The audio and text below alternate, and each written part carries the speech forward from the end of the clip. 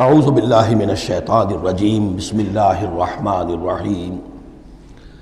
یہ میں پچھلی نشست میں عرض کر چکا ہوں کہ قرآن حکیم میں جو صورتوں کے عمود ہوتے ہیں، ظاہر بات ہے کہ اس پر تدبر کرنا پڑتا ہے کہ اصل اس سورہ مبارکہ کا مرکزی مضمون کیا ہے۔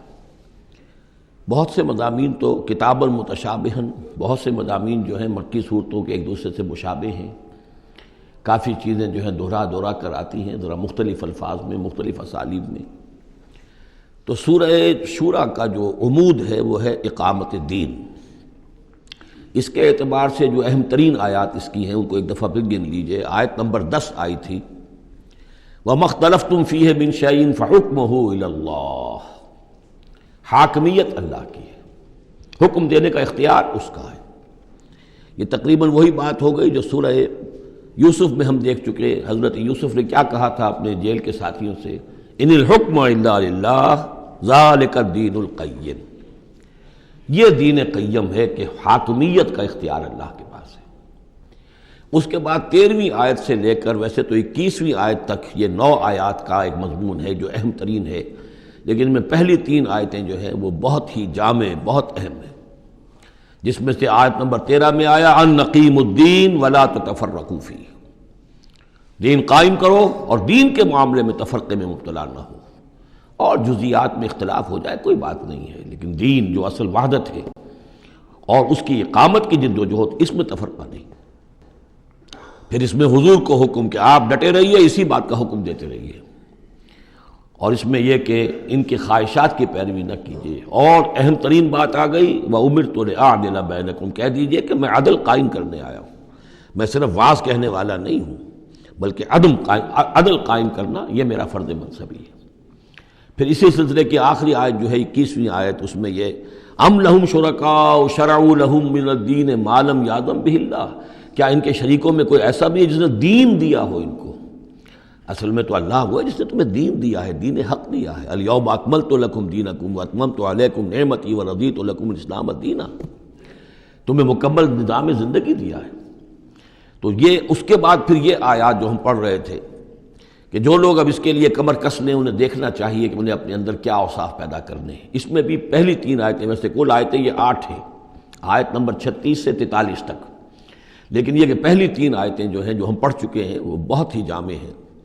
ان میں جو چیزیں ہم پڑھ چکے ہیں وہ نوٹ کر لیجئے۔ سب سے پہلی بات یہ کہ یہ بات پوری طرح واضح ہو جائے کہ دنیا و ما فیہا ان کی کوئی وقت نہیں ہے، اصل شے وہ ہے جو اللہ کے پاس ہے۔ انسان فیصلہ کر لے کہ میں طالب آخرت ہوں، دنیا میں رہنا ہے، زندہ رہنا ہے، اس کی ضروریات فراہم کرنی ہے، متاع ہے، ضرورت کی حد تک جو ہے اس میں وقت لگایا جائے گا، لیکن یہ کہ اصل مطلوب آخرت ہے۔ نمبر 2، توکل اس جد و جہد میں صرف اللہ کی ذات پر ہو، اپنے وسائل پر نہیں، اپنی ذہانت پر نہیں، اپنی قوت پر نہیں، اپنی صلاحیت پر نہیں۔ نمبر 3، جو کبیرہ گناہ ہیں ان سے انسان بالکل مجتنب ہو، ان میں سے کسی میں ملوث نہ ہو، فحش سے بالکل اپنے آپ کو پاک رکھے، اور پھر یہ کہ وہ غصے کو اپنے قابو میں رکھے۔ وَإِذَا مَا غَضِبُوا هُمْ يَغْفِرُونَ۔ اس کے بعد اب وہ اللہ کی اس پکار پر جب لبیک کہتا ہے، اس کے لیے جد و جہد کرنے کے لیے وہ فیصلہ کر لیتا ہے وَالَّذِينَ اسْتَجَابُوا لِرَبِّهِمْ، اور اس کے لیے پھر اللہ تعالیٰ کی ساتھ ایک قلبی رشتہ قائم رکھنے کے لیے التزام نماز، وَأَقَامُوا الصَّلَاةَ وَأَمْرُهُمْ شُورَىٰ بَيْنَهُمْ، اور پھر مشاورت کا انتظام، اور آخری بات یہ کہ جو کچھ اللہ نے دیا اسے لگا دینا، کھپا دینا، جہاد بالمال۔ 3 آیتوں میں اتنی باتیں ہیں کہ جو سامنے آئی ہیں، اور یہ مکی صورت ہے، یعنی یہ سمجھیے کہ جو کچھ مدنی دور میں آ کر پھر صحابہ کرام کی طرف سے جو جو چیزیں ظاہر ہوئی ہیں اس کے لیے گویا کہ یہ ہے تمہید، یہ میدان تیار کیا گیا ہے، ان کو اس کے لیے ذہناً جو ہے پوری طریقے سے تیار کر لیا گیا ان مکی صورتوں میں۔ البتہ اب جو 5 آیتیں ہیں ان میں در حقیقت ایک ہی مضمون آ رہا ہے جو میں عرض کر چکا ہوں کہ پچھلی صورت جو ہے وہ اس کا مرکزی مضمون تھا دعوت۔ اس میں تو یہ ہے دعوت کے مرحلے پر تو آپ کو خوشامد بھی کرنی پڑتی ہے، لوگوں کو جا کر ان کے دروازوں پر دستک دینی پڑے گی، ان کی جلی کٹی باتیں بھی سننی ہوں گی، اور یہ کہ اگر وہ گالیاں دیں تو بھی صبر کرنا ہوگا، وہ اگر کچھ اور آپ پر زیادتی کریں برداشت کرنا ہوگا، وہ معاملہ اور ہے۔ لیکن اقامت دین کی جد و جہد میں ایک وقت وہ آتا ہے کہ پھر جب ایکٹیو ریزسٹنس ہوتی ہے، وہ پہلا دور ختم ہوا، اب جب آ گیا وہ دور ایکٹیو ریزسٹنس، چیلنج، میدان میں آ کر اور باطل کو للکارنا. اب وہاں یہ ہے کہ اب یہ قانون بدل گیا. والذین اذا اصابہم البغی ہم ینتصرون، وہ لوگ کہ جن پر اگر کوئی زیادتی ہو وہ بدلہ لیتے ہیں. وجزاء سیئۃ سیئۃ مثلھا، اب دیکھیے کس قدر اس میں بظاہر کنٹراسٹ ہے. لا تستوی الحسنۃ ولا السیئۃ ادفع بالتی ہی احسن، وہاں تو یہ تلقین تھی اور یہاں پر تلقین مختلف ہے. اور یہی دو ادوار ہیں حضور کی سیرت کے. مکے میں حکم یہ تھا کہ تمہارے ٹکڑے بھی کر دیے جائیں تو تم نے ہاتھ نہیں اٹھانا، کفوا ایدیکم. مدینے میں آگے فرمایا گیا کہ لڑو، جنگ کرو، اینٹ کا جواب پتھر سے دو. جو زیادتی وہ کریں اتنی زیادتی تم بھی کرنے کا تمہیں حق ہے. وہ اگر بٹا لگاتے ہیں اشہر حرم کی حرمت کو تو تم بھی اب اس وجہ سے رک نہ جاؤ کہ اشہر حرم ہیں، ان کو اسی مہینے میں ان کو بھی قتل کرو. یہ ساری چیزیں جو ہیں اب سورہ بقرہ کے اندر پڑھا ہے. تو یہ انداز جو ہے یہ دعوت اور اقامت، ان دونوں الفاظ کے حوالے سے اس کو سمجھ لیجئے کہ یہ فرق اور تفاوت ہے. وجزاء سیئۃ سیئۃ مثلھا، اور برائی کا بدلہ ویسی ہی برائی ہے. فمن عفا واصلح فاجرہ علی اللہ، ہاں اگر کوئی معاف کر دے اور معاف میں کرنے میں اصلاح کی صورت نظر آ رہی ہو.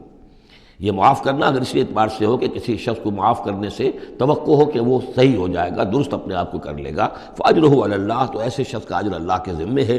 انہ لا یحب الظالمین، لیکن اللہ ظالموں کو پسند نہیں کرتا. یہ ہم پڑھ چکے ہیں سورہ بقرہ میں بھی. وَلَكُمْ فِي الْقِصَاصِ حَيَاةٌ يَا أُولِي الْأَلْبَابِ، اے ہوش مندو قصاص میں زندگی ہے. وَلَمَنِ انتصر بعد ظلمہ، اور جو شخص بدلہ لے، انتقام لے اس کے بعد کہ اس پر ظلم کیا گیا، فَأُولَٰئِکَ مَا عَلَيْهِم مِّن سَبِیل، تو اس پر کوئی الزام نہیں. آپ یہ نہیں کہہ سکتے بھائی تم نے معاف کیوں نہیں کیا، نہیں، اس کا حق ہے. اگر وہ معاف نہیں کرتا وہ بدلہ لے سکتا ہے. وَلَمَنِ انتصر، دیکھیے انداز ہی بالکل مختلف ہے یہ. اور یہی دو مرحلے ہیں. اسی کو پھر ہائی لائٹ کیا ہے پروفیسر منگومری واٹ نے. محمد ایٹ مکہ کچھ اور ہے، محمد ایٹ مدینہ کچھ اور ہے. وہاں صورت یہ تھی کہ کفوا ایدیکم، اپنے ہاتھ بندھے رکھو. نغمہ ہے بلبل شوریدہ تیرا خام ابھی، اپنے سینے میں اسے اور ذرا تھام ابھی، ایک وقت آئے گا تمہیں اجازت دی جائے گی، تم اپنے پورا انتقام لینا ان سے.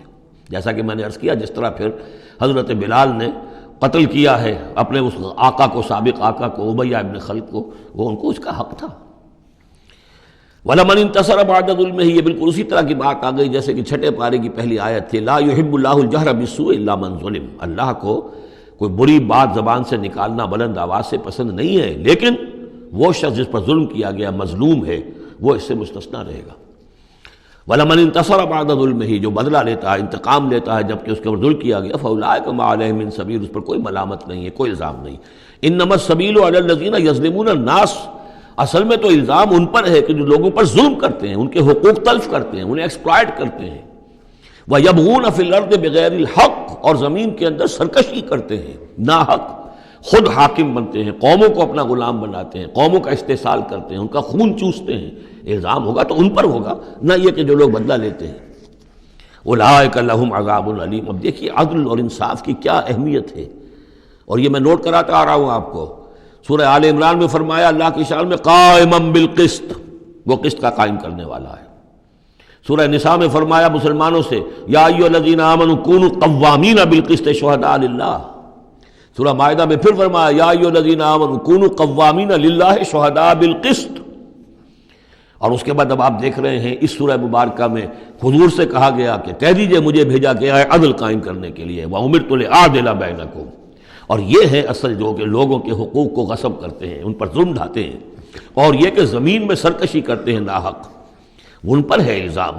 وَلَمَنْ صَبَرَ أُولَٰئِکَ لَهُمْ عَذَابٌ عَلِيمٌ، یہ وہ لوگ ہیں جن کے لیے عذاب علیم ہے.